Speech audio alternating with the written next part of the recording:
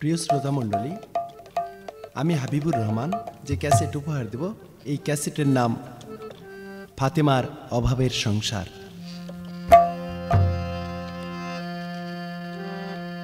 আরে বন্দে গাইব মোরা রূপ সনাতন, পহেলা বন্দনা করি আল্লাহর চরণ।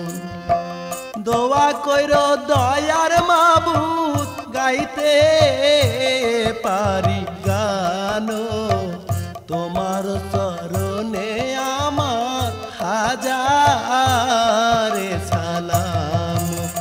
বন্দে গাইব মোরা রূপ সনাতন, পহেলা বন্দনা করি আল্লাহর চরণ। এই জগতে ধরাধামী ফাতেমার মতো রূপবতী, গুণবতী, চিন্তাশীলতা আর কেউই করেছিল না। তাই তার রূপবতী আসমান জমিন চন্দ্র সূর্য লজ্জা পেত তার রূপের ছটা দেখে। এই ধরাধামী ফাতেমা আর হাওয়া বিবি ছাড়া কাহারও এমন সুন্দর চেহারা ছিল না।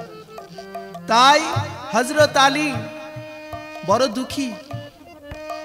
তার অভাব সংসার, একটি উট, একটি তরবারি ছাড়া আর কিছুই তার ছিল না। এমনকি তাহার একটি ঘরও ছিল না। তাই এমন দুঃখী জনার সঙ্গে হযরত নবী করিম সাল্লাল্লাহু আলাইহি সাল্লাম ফাতেমাকে শুভে দিয়েছিল। তাই দুঃখের সংসার, নয়া সংসার হযরত আলী আরম্ভ করে দিলেন। সে সংসারে শুধু চিন্তা ভাবনা, দুঃখ আর দুঃখ। এর ভিতর দিয়ে হযরত ফাতেমা কোনো দুঃখ ভোগ মনে করতেন না। স্বামীর চরণ দুটি সেবা করত আর তাদের চরণ পার্শ্বে পার্শ্বেই থাকত। দোজাহানের হইয়া দুলালি গো নবীর নন্দনী, ওরে এই ধামে এতে কইরা দুঃখ রে, চোখের পানি দিছে ফেলে কি দারুণ বিধি রে, আল্লাহ দিছে বুক ভাষায় রে। দোজাহানের হইয়া রানী গো নামির নন্দনে গো, ওরে দুঃখে দুঃখে কে দেখে দে গো,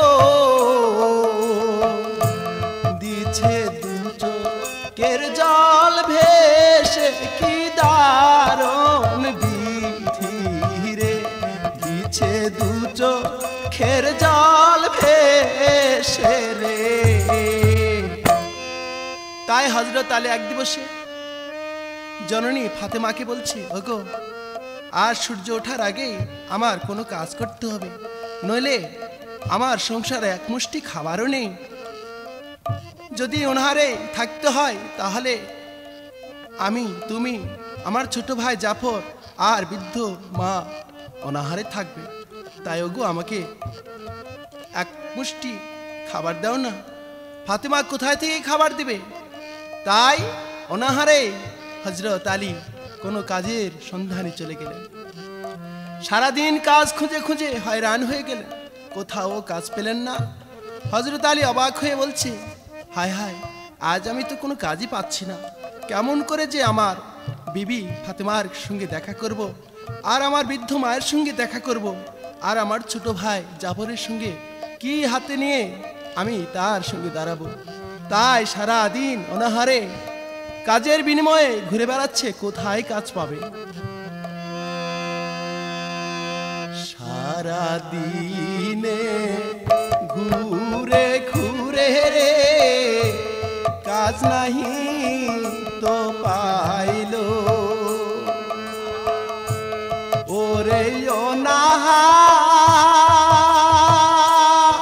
আরে পথে পথে গো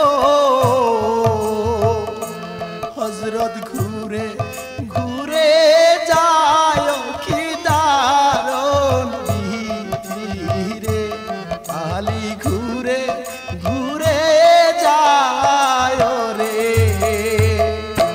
সারা দিন হইল গত গো অনাহারে পথে ওরে একটি কাজ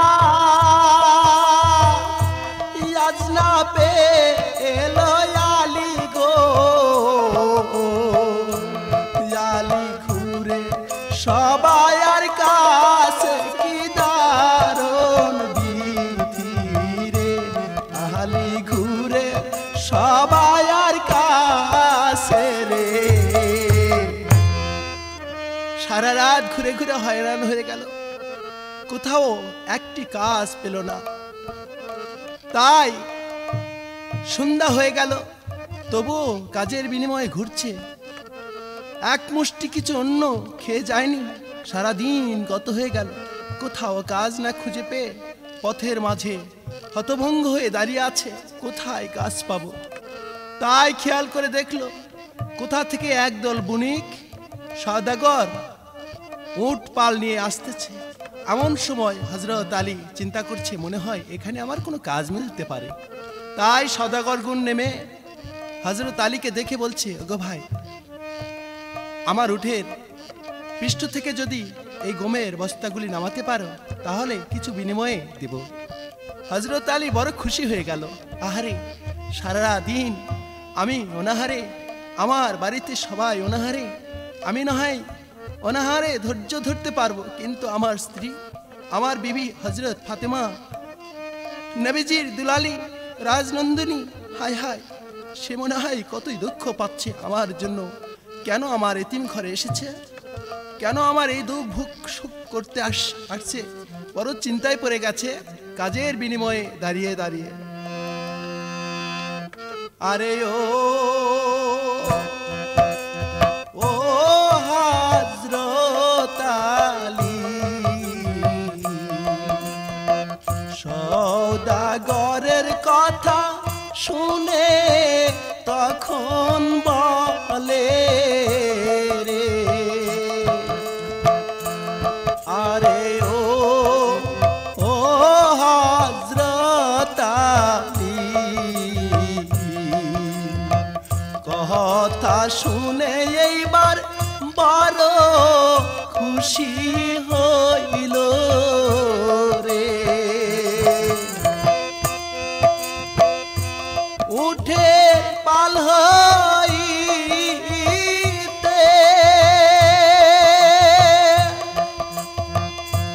সকল গম না মাইল মাঠে রে আরে ও হযরত আলী কতই দুঃখ করলো এ জগৎ ভুবনে রে তাই সকল উটের পাল থেকে বস্তাগুলি নেমে কিছু বিনিময়ে হাতে নিয়ে চিন্তা করছে এখন রাত অনেক হয়ে গেছে কোনো দোকান খোলা নেই কার কাছে আমি একটু গম ময়দা কিনে নিয়ে যাব তাই সকল দোকানগুলি ঘুরে ঘুরে দেখলো একটি দোকানও খোলা নেই তাই প্রতিটা দোকানেই ডাক দিলেন অনেক চিৎকার করে ডাক দিলেন কেউই দরজা আর খুলল না বলছে আহারে আজ মনে হয় সারাদিন অনাহারে গেল আজ রাতটাও মনে হয় অনাহারে যাবে আমার জন্য আমার পরিবারের সবাই অনাহারে আছে তাই হযরত আলী চোখের পানি ফেলে ফেলে একটি দোকানের মাঝে গেল সেই দোকানে যে ডাক দেওয়ার সঙ্গে সঙ্গে দোকানদার উঠে বিনিময় পয়সার বিনিময়ে কিছু গম দিল সেই গমটা নিয়ে আমার হযরত আলী বড় খুশিতে চলে যাচ্ছে বিবি ফাতেমার কাছে। যে দেখলো সবাই ঘুমে ক্লান্ত হয়ে পড়ে আছে, কিন্তু হযরত ফাতেমা স্বামীর অপেক্ষায় খোদার কাছে প্রার্থনা করছে। তাই হযরত ফাতেমাকে দেখে হযরত আলী দু চোখে আর বান মারছে না, বুক ভেসে বলছে, ওগো বিবি, তুমি আমার জন্য অপেক্ষা করছো মনে হয়, তাই না? হ্যাঁ গো, দেখো না, তুমি ওই যে ভরে গিয়েছো, কিছু খেয়ে যাওনি, পানিও পান করে যাওনি, আমাদের জন্য মনে হয় অনেক কষ্ট করেছো। না গো বিবি, আমার কোনো কষ্টই হয়নি। এ জগতে এ ধরাধামে যদি এতটুকুই কষ্ট সুখ মনে না করতে পারি, তাহলে আমরা আর কি বা করলাম খোদার দরবারে। তাই বিবি হাত থেকে গমগুলি নিয়ে যে যাতাতে ঘুরে ঘুরে ময়দা করে রুটি তৈরি করতে করতে প্রায় রাত শেষ হয়ে যাচ্ছে। কেদে কেদে ফাতেমা জননী গো আল্লাহর কায় আছে বলে, ওরে আমন দুঃখ হইল মোদের গো, আল্লাহ আমাদের কয়বালে কি দারুণ বিধি গো, আল্লাহ আমাদের কপালে রে। যতই দুঃখ দিও খোদা গো, সইবার শক্তি দিও, ওরে অনাহা আরে কে দেখে দে গো, জননী বুক ভাসাইয়া দিল কি দারুণ বিধি রে, জননী বুক ভাসাইয়া দিল রে। সারা রাত ধরে গম ডলে রুটি তৈরি করে শাশুড়ি দেবরকে খাওয়ায়ে স্বামীর সেবা যত্ন করে, তারপর আবার জননী ফাতেমা রুটি পান করে খেয়ে দিয়ে চিন্তা করছে, হে খোদা, আমাকে দুঃখ যতই দাও না, তুমি আমাকে সইবার শক্তি দিও। তাই এভাবে দিন কেটে যায়, কোনোদিন খায়, কোনোদিন অনাহারে যায়, 1 2 3 দিন করে অনাহারে চলে যায়। তাই এক দিবসে হাসান হোসেন দুটি ভাই বসে মাকে বলছে, মা গো মা, আমাকে খেতে দাও না মা। হ্যাঁ বাবা, তোমরা বসে রেডি হও, আমি তোমাকে খেতে দেব। তাই হাসান হোসেন বসে খাওয়ার জন্য মায়েকে বলছে। এমন সময় কোথা থেকে দুটি ফকির এসে বলছে, ওগো মা, নবীজির দুলালি নন্দনী, মা গো মা, আমি জানি তুমি নাকি অনেক দয়ালি, তাই আমাকে দুটো রুটি দাও না, আমি 3 দিন ধরে অনাহারে আছি। তাই জননী ফাতেমা হাসান হোসেনকে বলছে, বাপরে বাপ, তোদের রুটিগুলি ওই ফকিরকে দিয়ে এসো।